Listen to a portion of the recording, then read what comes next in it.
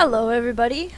Today I wanted to go through a quick tutorial on how to get to Twine Peaks.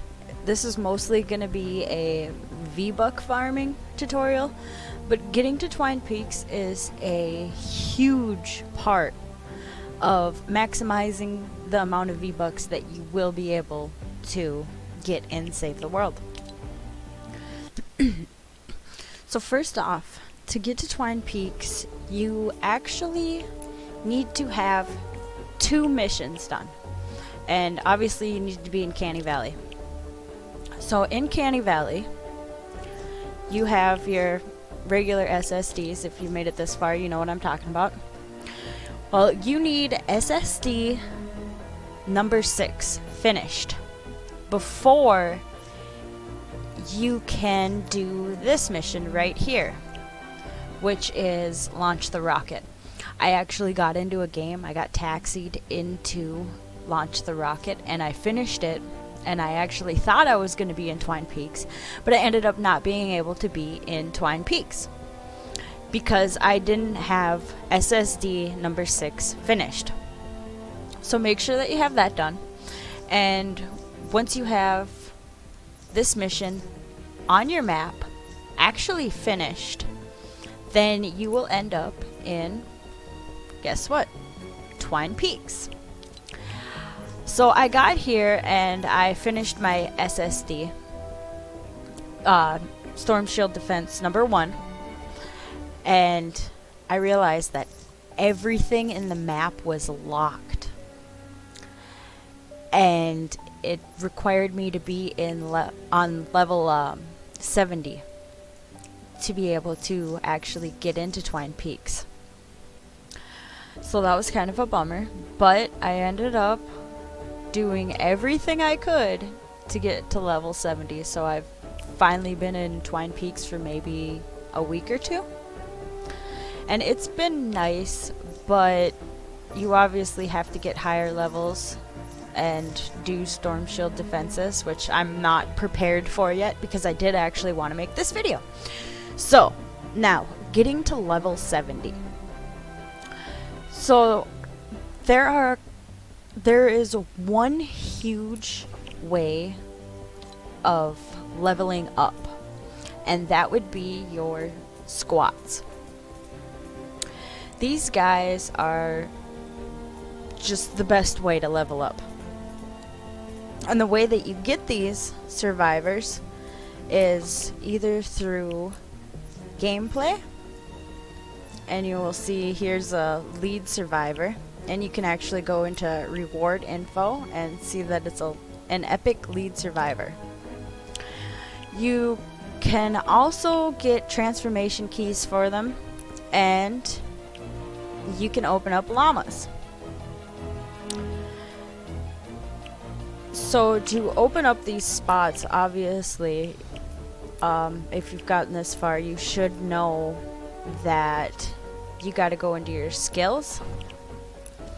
And the best way of doing this is to save your skill points, which are up here, and try to get to a person as fast as you can. So I have 13. There's 1, there's 2, and there's a person.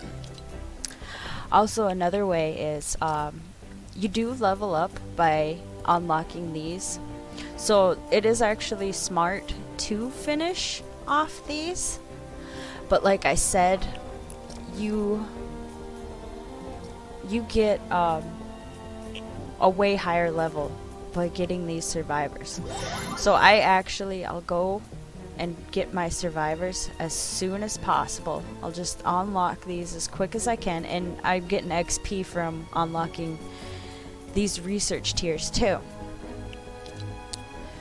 But I do want to get my survivors, and obviously I could be getting a lot more by finishing these off, but I'll go back and do that after. So now that we have a survivor unlocked, he's one of these circle guys. So, this is where it gets a little weird. because these mythics are obviously what you're aiming for. Mythics are better than everything. Legendaries are really good. You're gonna want legendaries and mythics, and you do want them to match. But here's the thing: if I have a legendary person, this person right here is better in this spot than a purple one that will match, and that's because she's legendary, and I will show you why in a second. So we have our survivors, and I actually have a legendary survivor that I wanted to show you why this is actually more important, because all of my epic survivors over here are 20 out of 20. And I am going to get this person 20 out of 20. So hopefully I'm going to. Let's level this guy up real quick. Evolve. Oh, I don't think I'm gonna make it. Oh, I'm so close. But he is a level 51, and he is, what was it, 17 out of 20. And these are 57, and they're 20 out of 20. But see, that's a mythic. We want to... Oh, that's a mythic also. Okay, I really wish I could have gotten him leveled up, but I'm also going to show you how you can get more survivor XP. So, if you go into transform, the transformations, if you have this survivor transformation, you can go into here and take your grays and greens and just try to get up to 30 and transform, and you see you get the XP that you will normally get from these. And when you retire these or recycle these, you actually don't get training manuals for them, but you do get them for the blues. So if you see, look at all these and all these blue ones, this is what I batch. I will actually batch retire all of these, and look at how much more experience points, XP I get, and training manuals. So I just do that, and I actually do like keeping most of my purple ones, but I might just get rid of 3 or 4 of them just to try to get enough XP. So let's get rid of a couple. Just might as well pick random ones. It's 10,000. That might be enough. Let's do that. And let's go back into squads.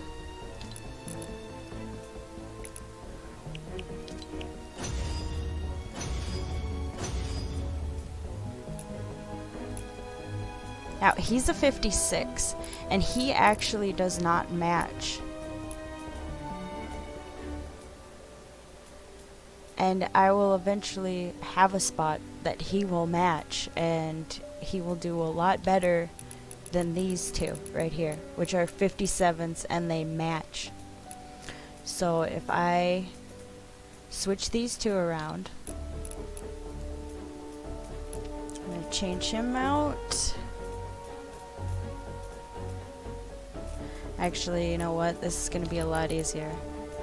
If I change him to nobody,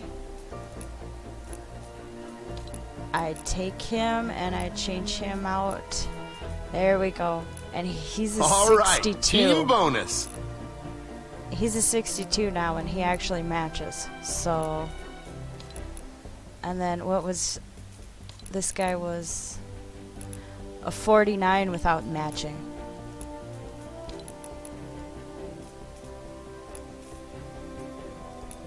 Teamwork. 57. And I'm gonna upgrade my legendaries as far as I possibly can. But I'm gonna stop with 20 out of 20 with these survivors because eventually I am going to try to replace these. I'm playing for the long term. If you're not, I'd say level up your purple ones as much as you want. But if I went and leveled up my epics, which are just, look at that, it costs 10,000 to upgrade him. I will get the same amount of experience points for leveling him up once as I would leveling him up once. And he only costs 6,000. And then again, I would probably get way higher up if I just leveled up these, but I'm playing for the long term. I'm not playing just for the V-Bucks. But if you're playing just for the V-Bucks, I'd say try to even it out.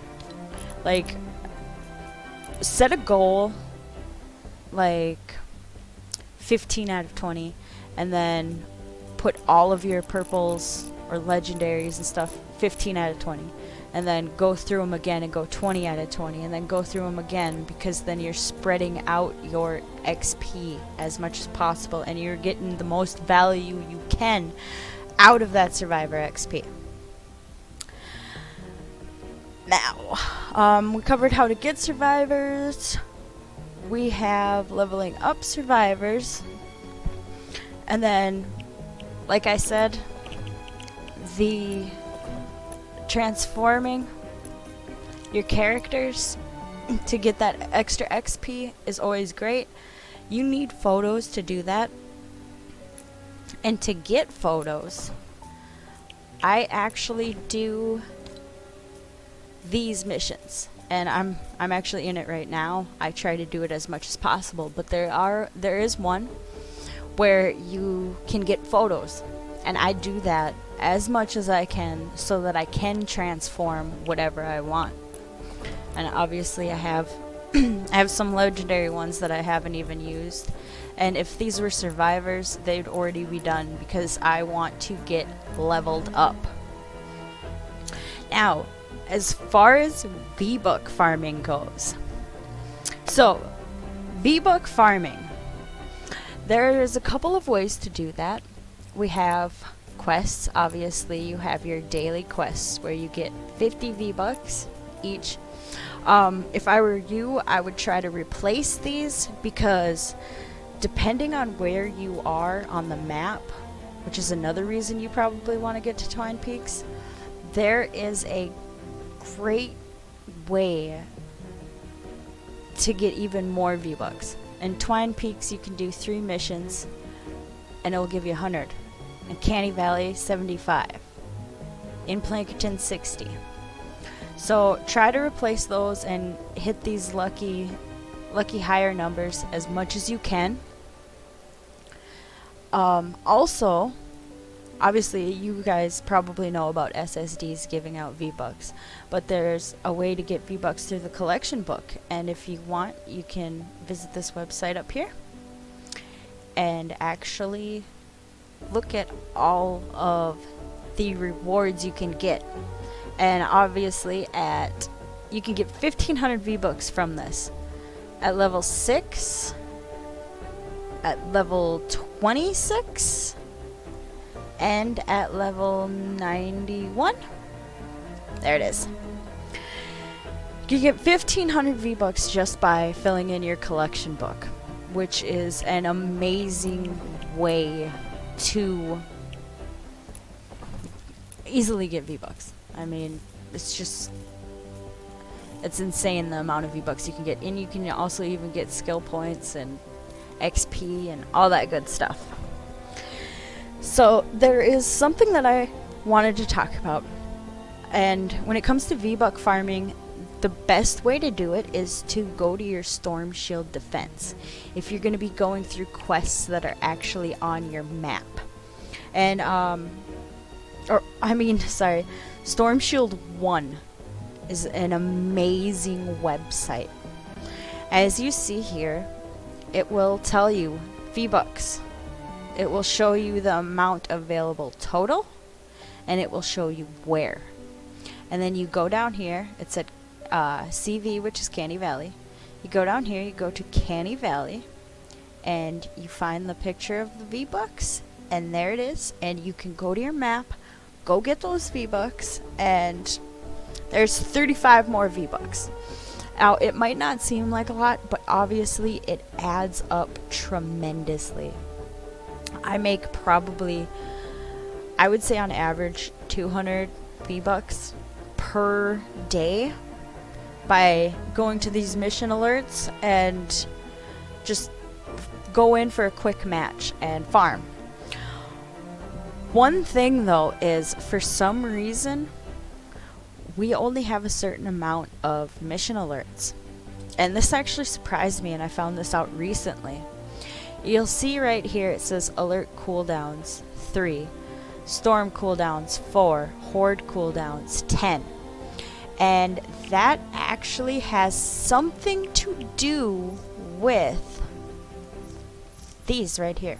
And I believe the little skulls, those are hordes. And I believe these are the storms. And so I believe you have 10 of these, 3 of these maybe, and I don't know what the other one is actually. I haven't figured it out yet. But I noticed it because I would do missions, and I'd come in for my V-Bucks, for my V-Buck missions, and realize that they weren't there. So I kind of did a little bit of research and figured out that you only have a certain amount, which kind of makes me not want to play as much. But at the end of the night, when I know I'm going to go to bed and everything's going to end up resetting in the morning, that's usually when I play for my Survivor XP, so I can actually get leveled up here, so I can get more area and access to more V-Bucks. But one thing I can recommend is that when you go to the Storm Shield 1 and you see there's V-Bucks in Twine Peaks, and there's V-Bucks in Plankerton, and there's V-Bucks in Stonewood, go do the Twine Peaks first, because you get 40 V-Bucks out of that. And then go to Plankerton and do that one, and you'll get 30 V-Bucks. And then if you come over here and you realize that all of your storm cooldowns are not available, or whichever one isn't available for this isn't available, it will be less of a loss if you lose out on 25 V-Bucks than if you lose out on 40 V-Bucks. So I've been doing that recently, and it has actually enhanced my chances of getting V-Bucks, or a greater amount. So another thing is, you get daily logins, and if you really want to look at your rewards, just click over here like I did, and you'll see the amount of login V-Bucks you get is just amazing. We got day 84, 300, day 91, 150, on top of the 50 you get from logging in every day. It's just completely worth it. And you can also go to this website. It's freethevbucks.com, and this website right here will actually have tabs where you can click on collection book. You can see the rewards for that. You can click on the side quests and see the rewards for that. And this one's mostly V-Buck based. Login rewards.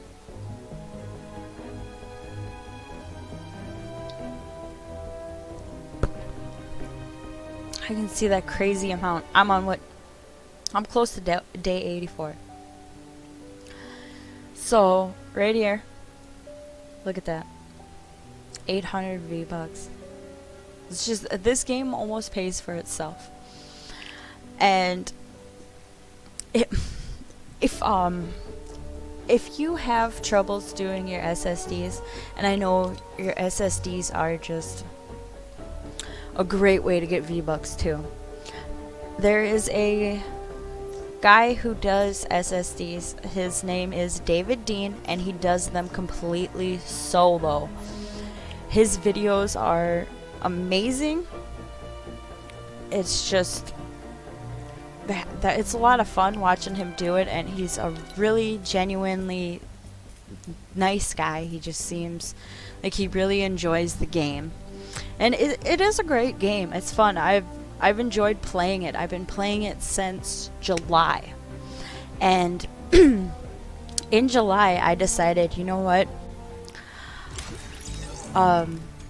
Halloween's coming up, and there are going to be some amazing skins coming out. So I am going to start collecting and saving my V-Bucks. And I mean, this 925, I have been collecting that for probably like 3-4 days now. Maybe not even 4 days. I think 2 days ago I had 400 V-Bucks. So I mean, I'm getting quite a bit from this. And I also do count my battle pass V-Bucks too. So it's not completely 100% just save the world, but mostly it is. And I can show you right here. Some people might think, you know, you're not getting that many V-Bucks. Why go through all of this? But here's the thing is, I figured this out. I had 7,850 V-Bucks worth of purchases since July. And what I got was this skin, this skin, this skin. And I did save it up because I knew Halloween skins were going to be coming out, and I really love Halloweenish type stuff. So the Scourge, Straw Ops, and Dark Bomber. I also got the Skull Sickle, which I think this is probably one of the coolest pickaxes in the game. And Frosto. I had to get this. Plus, I also bought the Battle Pass with it, so anything in here is completely free. So, thank you for watching this video. I'm betting you can guess this is the first video I've actually wanted, or I actually went out and made, and I hope I helped you in some sort of way.